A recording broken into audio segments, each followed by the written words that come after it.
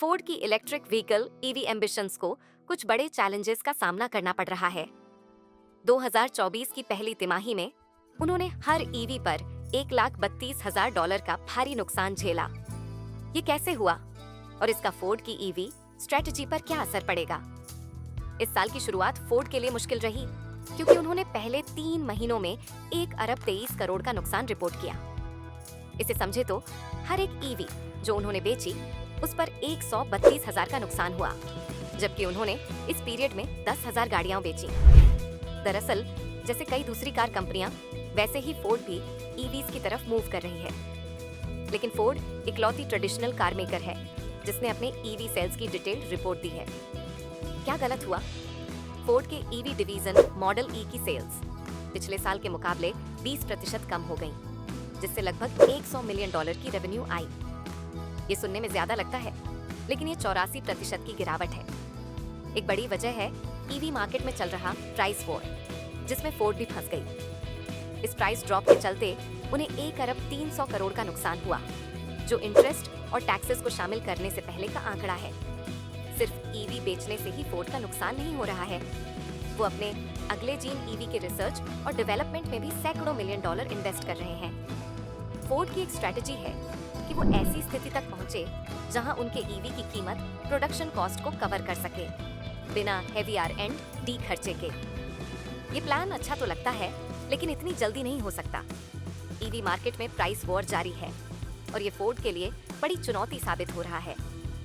उन्होंने मुस्टैंग माचे की कॉस्ट में $5,000 की कटौती की है, फिर भी सेल्स रेवेन्यू इतनी तेजी से गिर रहा है कि वो इसे संभाल नहीं पा रहे। फोर्ड ने अपने FXNX लाइटनिंग मॉडल पर भारी डिस्काउंट भी दिया है ताकि डीलरशिप से गाड़ियां जल्दी बिकें, और मस्टैंग मैची के लिए ये स्ट्रेटजी काम करती दिख रही है।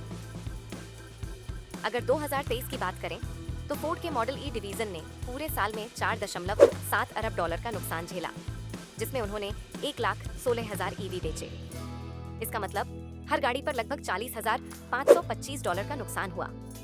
लेकिन फोर्ड की ईवी गेम में मॉडल ई अकेला नहीं है। उनका फोर्ड प्रो यूनिट भी है, जो बिजनेसेस और सरकारी एंटिटीज को गाड़ियां बेचता है। उदाहरण के तौर पर यूएस पोस्टल सर्विस ने 9,250 ई ट्रांजिट वैन का ऑर्डर दिया है और इकोलैब ने 1,000 से ज्यादा F-150 लाइटनिंग पिकअप्स और मस्टैंग मेची SUV का ऑर्डर प्लेस किया है। मॉडल ई के नुकसान के बावजूद फोर्ड प्रो का अच्छा प्रदर्शन फोर्ड की उम्मीदों को जिंदा रखे हुए है। अगर इंटरनल कंबस्शन इंजन व्हीकल्स की बात करें तो फोर्ड प्रो ने इस तिमाही में शानदार परफॉर्मेंस दी है। $3 अरब का EBIT earnings before interest and taxes अर्जित किया है, जो पिछले साल के मुकाबले 2 गुना है। उनकी रेवेन्यू में भी 36% की बढ़ोतरी हुई, $18 अरब तक पहुंचते हुए, और 4,09,000 गाड़ियां बेची। लेकिन हर जगह सब अच्छा नहीं है। फोर्ड ब्लू, जो गैसोलीन पावर्ड गाड़ियां बेचता है, की सेल्स 11% गिर गई, 6,26,000 व्हीकल्स तक। इससे उनकी रेवेन्यू में भी 13% की गिरावट आई, $21 अरब तक। EBIT में लगभग 2/3 की गिरावट हुई, जो $905 मिलियन तक पहुंचा। फोर्ड ब्लू और फोर्ड प्रो की प्रॉफिट्स को मिलाकर देखें तो वो पिछले साल के मुकाबले लगभग बराबर है।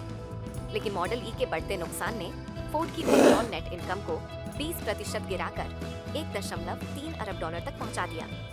फिर भी फोर्ड ने एडजस्टेड अर्निंग्स पर शेयर 49 सेंट की रिपोर्ट की, जो पिछले साल से 21% कम है, लेकिन वॉल स्ट्रीट के एक्सपेक्टेशंस से ज्यादा है। जनरल मोटर्स इस साल अपने नॉर्थ अमेरिकन ईवी बिजनेस से प्रॉफिट टारगेट कर रहा है, जबकि स्टेलेंटिस पहले ही यूरोप में प्रॉफिट कमा रहा है। टेस्ला को भी इस तिमाही में बड़ा झटका लगा, जहां उनकी एडजस्टेड अर्निंग्स में 48% की गिरावट आई और रेवेन्यू 9% कम हो गया।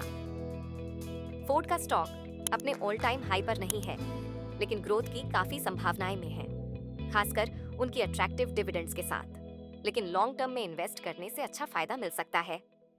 अगर आपको ये वीडियो पसंद आया हो तो लाइक बटन दबाना और हमारे चैनल को सब्सक्राइब करना न भूलें। अगली बार मिलते हैं।